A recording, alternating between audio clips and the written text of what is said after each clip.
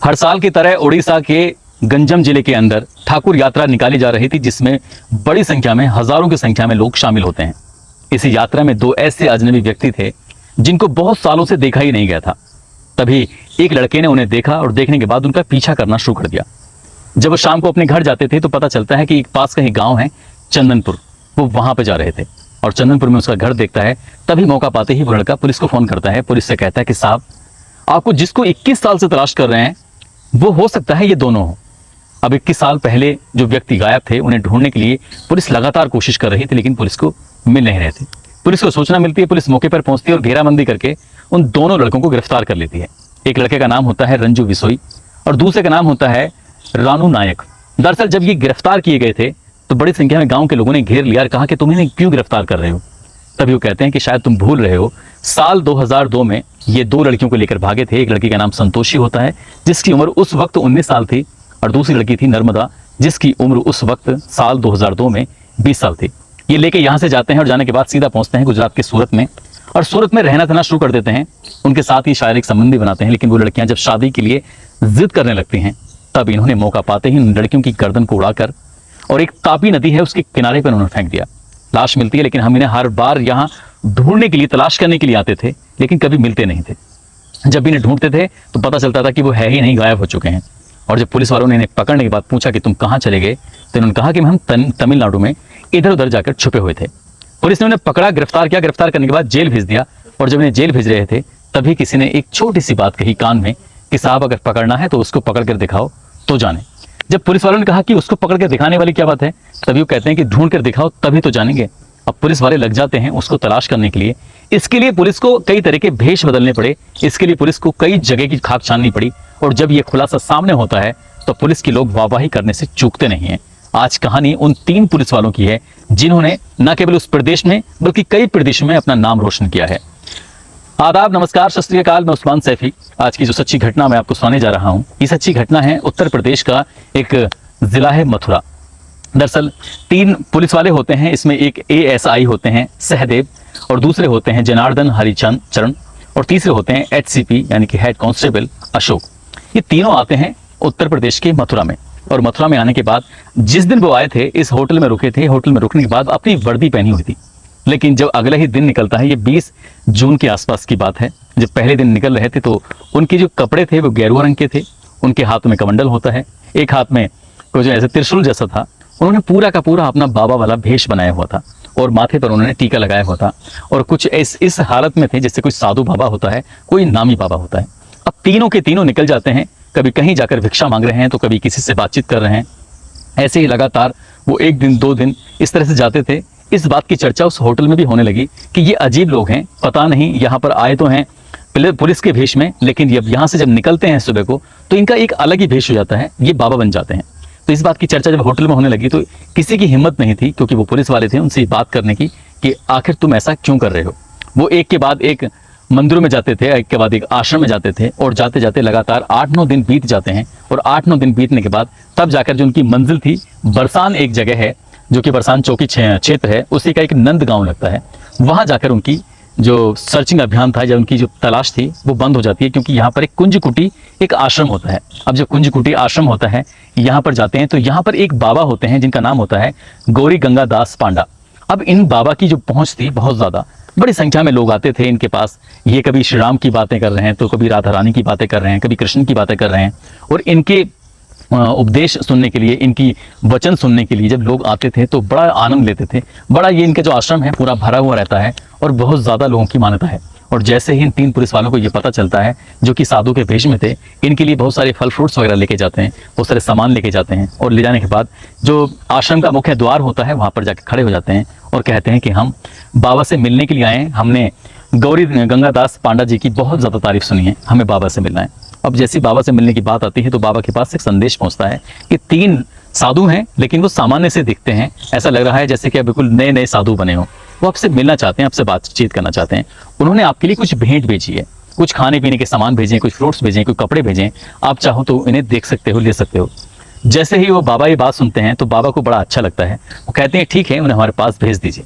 अब बाबा के पास तीन बाबा और नए पहुंच जाते हैं। वहां जाने के बाद वो जाकर प्रणाम करते हैं, चरण वंदना करते हैं, उनकी हाथ वाथ जोड़कर उनसे आशीर्वाद लेते हैं, सर पर हाथ रखवाते हैं और तभी उनसे बातचीत करना शुरू कर देते हैं। कहते हैं कि बाबा हम पूरे मथुरा में घूमे और पूरे मथुरा में घूम घूम के हमने हर एक मंदिर के बहुत सारे बाबाओं से मिले, लेकिन आपकी जो रिद्धि सिद्धि है, आपके बारे में जो पता चला है वो किसी और में देखी ही नहीं। आपका जो तेजस्वी है वो बहुत ज्यादा है, आपका जो तेज है कुछ अलग है। बाबा जब ये बातें सुन रहे थे तो बाबा को बहुत ज़्यादा अच्छा लग रहा था, क्योंकि बात भी सच थी। बड़ी संख्या में लोग सुबह यहाँ पर आ जाया करते थे, यहाँ से घूम के जाया करते थे।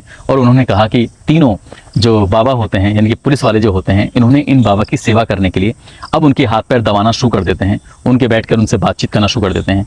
बाबा को भी बड़ा अच्छा लग रहा था कि तीन ऐसे भक्त आए हैं जो एकदम अलग हैं, दूसरों से अलग, उनकी बात करने का तरीका बिल्कुल अलग है।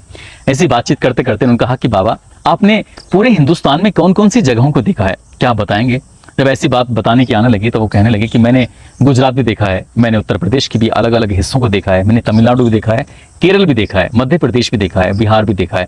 कई अलग अलग राज्यों के बारे में जब बताना शुरू करते हैं तो उन्हें अच्छा लगता है। उन्होंने कहा कि तुम्हें सबसे अच्छा राज्य कौन सा लगता है? तो कुछ ऐसी ही बातें थी। जब लगातार सवाल जवाब कर रहे थे, बाबा उनकी बातों का बड़ी शालीनता के साथ बड़े अच्छे से जवाब दे रहे थे। और बातचीत करते करते जब उन्होंने उड़ीसा के बारे में पूछा, वहाँ की बोलचाल के बारे में पूछा, क्योंकि कुछ ऐसे शब्द थे जो इंटरनेट के माध्यम से, अलग अलग चीज़ों के माध्यम से वो सवाल कर रहे थे और बाबा खुशी खुशी जवाब भी दे रहे थे, क्योंकि बाबा को भी कई भाषाओं का ज्ञान जो हो चुका था। वो हिंदी भी अच्छे से बोलते हैं, संस्कृत में भी अच्छे से बात करते हैं और उड़ीसा की जो भाषा होती है उसमें भी अच्छे से बातें कर रहे थे।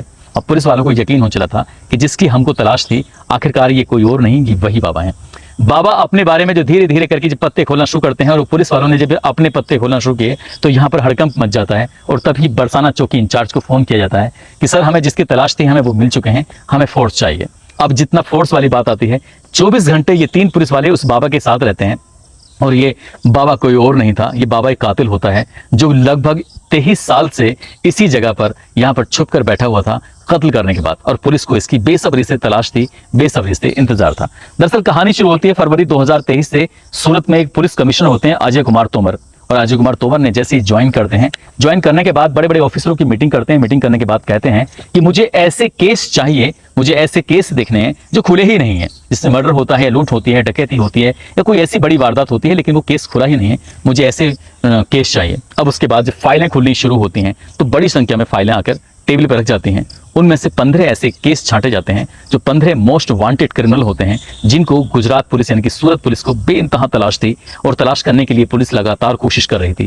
किसी का केस 25 साल पुराना था तो किसी का 30 साल पुराना केस था, किसी का 22 साल पुराना था तो किसी का 15 साल पुराना केस था। इस तरह से 15 मोस्ट वांटेड की जब लिस्ट सामने आती है तो उन्हें पकड़ने के लिए अलग अलग फिर कोशिश की जाने लगती है। और इसके लिए ये बताया जाता है कि मार्च से अप्रैल लगभग 1 महीने तक यहाँ पर यानी कि उड़ीसा के गंजम जो जिला लगता है वहाँ पर एक यात्रा निकाली जाती है, ठाकुर यात्रा। और ठाकुर यात्रा में शामिल होने के लिए इस प्रदेश के जो लोग होते हैं, जो अलग अलग प्रदेशों में जाकर जो नौकरी करते हैं, मेहनत मजदूरी करते हैं, वो भी अपने अपने घर वापस चले जाते हैं। और तभी उसी यात्रा में शामिल होने के लिए गुजरात के सूरत शहर में रहने वाला एक लड़का, जिसकी उम्र थोड़ी 30-35 साल के आसपास हो रही होती है, उससे पुलिस वाले जाते हैं, उससे कहते हैं कि यार हमें तुम्हारी बहुत ज़रूरत है। कमिश्नर साहब ने ऐसा आदेश किया है कि ये क्रिमिनल पकड़ने ही पकड़ने हैं। हम हर बार वहाँ जाते हैं उड़ीसा के गंजम में, लेकिन कभी कोई मिलता नहीं है, हमारी तुम मदद कर दो। जब मदद करने वाली बात आती है, उस लड़के ने कुछ ऐसा रास्ता बताया और वहां से 2 लड़कों को गिरफ्तार कराई था, जिसमें एक रंजू विसोई होता है, दूसरा रानू नायक होता है। लेकिन यहीं से उन्हें एक और सुराग मिलता है। और सुराग जब मिलता है तो सुराग कुछ इस तरह से होता है। एक जो कातिल होता है, जिसका कातिल का नाम होता है पद्म उर्फ राकेश पांडा, जिसको पुलिस की तलाश थी 2001 से। 2001 में उसने मर्डर किया था। उसे घर भी पुलिस जाती है। घर जाने के बाद उससे बातचीत करते हैं तो घर में जितने भी लोग होते हैं उन लोगों के सबके नंबर लेके आए जाते हैं। और नंबर लाने के बाद उनको सर्विलांस लगाया जाता है। और सर्विलांस पे लगाया जाता है, लगभग 1-2 महीने की मेहनत के बाद पता चलता है कि जिसको हम तलाश कर रहे हैं वो व्यक्ति मथुरा के किसी मंदिर में बाबा बनकर घूम रहा है। आखिरकार पुलिस उसे गिरफ्तार कर ही लेती है। लेकिन मामला क्या था, उस मामले पे आते हैं। ये साल 2001 की बात है।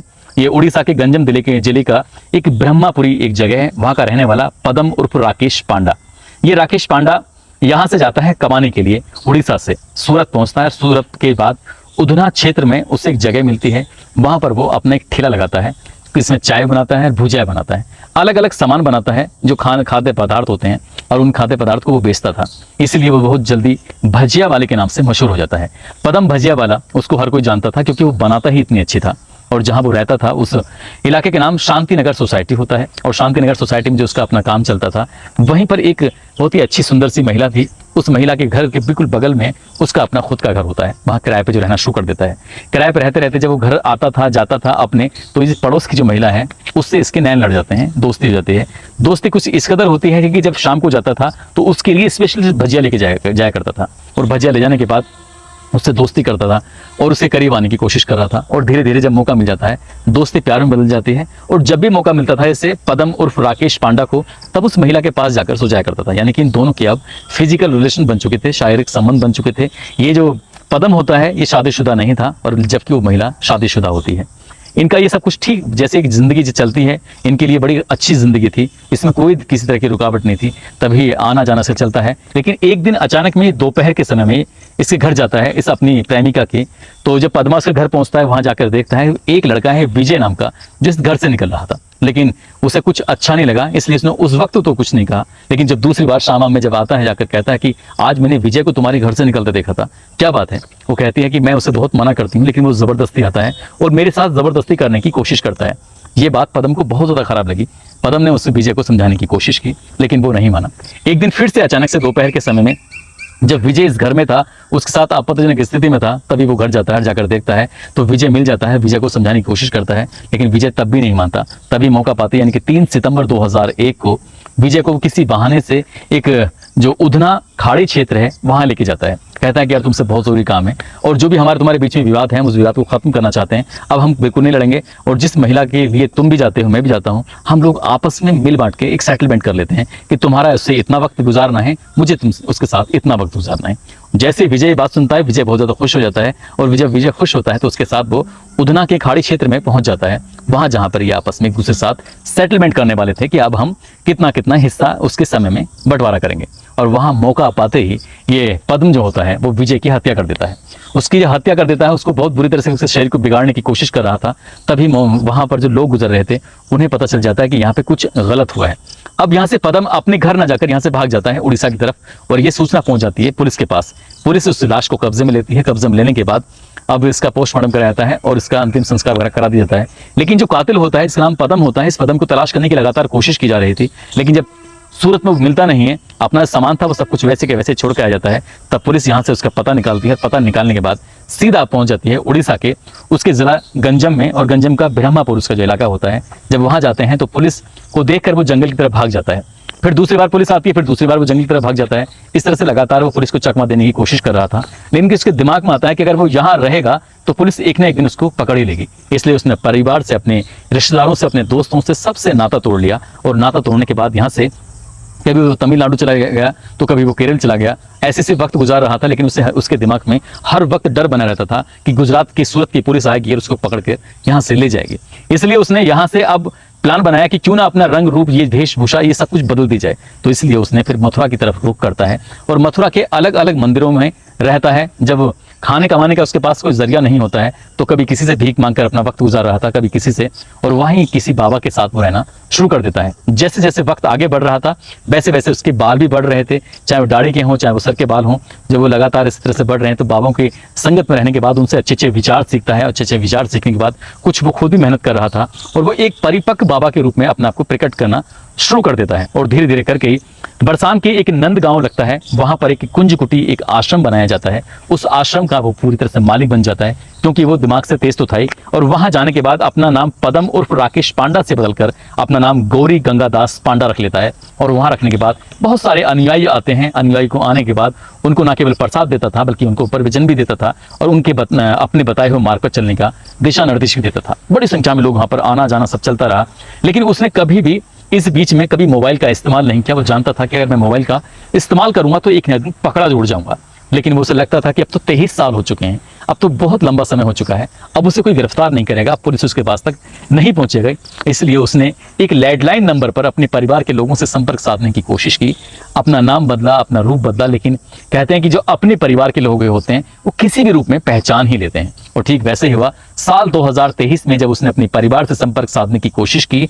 तभी इसी बीच में फरवरी 2023 में जो पुलिस कमिश्नर सूरत के होते हैं अजय कुमार तोमर, ये पुलिस को ऑर्डर देते हैं कि जो 15 मोस्ट वांटेड लोग हैं इनको गिरफ्तार करना है। और उन 15 मोस्ट वांटेड में जो नाम शामिल था, पदम उर्फ राकेश पांडा का भी नाम शामिल होता है, जिसको गिरफ्तार करने के लिए 3 पुलिस के अधिकारी, जिसमें एक का नाम सहदेव, दूसरे का नाम जनार्दन हरिचरण होता है, तीसरे अशोक होते हैं, और वो गिरफ्तार करने के लिए निकल जाते हैं। इन्हें लगभग 10 दिन तक साधु के भेष में रहना पड़ता है। 100 से ज्यादा मंदिरों में, आश्रमों में जाते हैं और जाकर इसको तलाश करते हैं, और तलाश करके जब लेके आते हैं, और ये भी खुलासा जब सोशल मीडिया पर वायरल होता है कि पुलिस ने ऐसा काम किया है जैसा अक्सर फिल्मों में देखने को आपको मिलता है, वो सचमुच में ऐसा काम किया है, तो तीनों पुलिस वालों को लोग सैल्यूट करने से पीछे नहीं हट रहे हैं कि एक कातिल को किस तरह से वो खींच कर लेके आए और सलाखों के पीछे पहुंचाया। दोस्तों, इस पूरे घटनाक्रम को सुनाने का उद्देश्य किसी को परेशान करना नहीं है, किसी का दिल दुखाना नहीं है, बल्कि आपको जागरूक करना है, आपको सचेत करना है।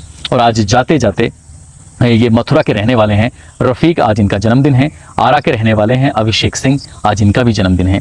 बिहार के रहने वाले हैं प्रेम शंकर, और लखनऊ के रहने वाली हैं पिंटू कुमारी, आज इनका भी, पीहू कुमारी, आज इनका भी जन्मदिन है। इन सबको जन्मदिन की बहुत सारी शुभकामनाएं, बहुत बहुत मुबारकबाद। साथ ही बाड़मेर के प्रवीण कुमार हैं, गुजरात के गुलाम हुसैन हैं, मुंबई के अजीम सैयद, घनश्याम दास, हरी कुमार, राहुल प्रताप बलिया से हैं, रिजवान खान गुजरात से हैं, शेख मकसूद अंसारी बिहार से, संजय साकेत मध्य प्रदेश से, श्रीकांत शर्मा बुलंदशहर से हैं, लक्ष्मण कुमावत जैसलमेर से, राजू भाटी राजस्थान से, संपत अली और विक्रम सिंह देहरादून से हैं। इन लोगों ने नाम लेने की अपील की थी।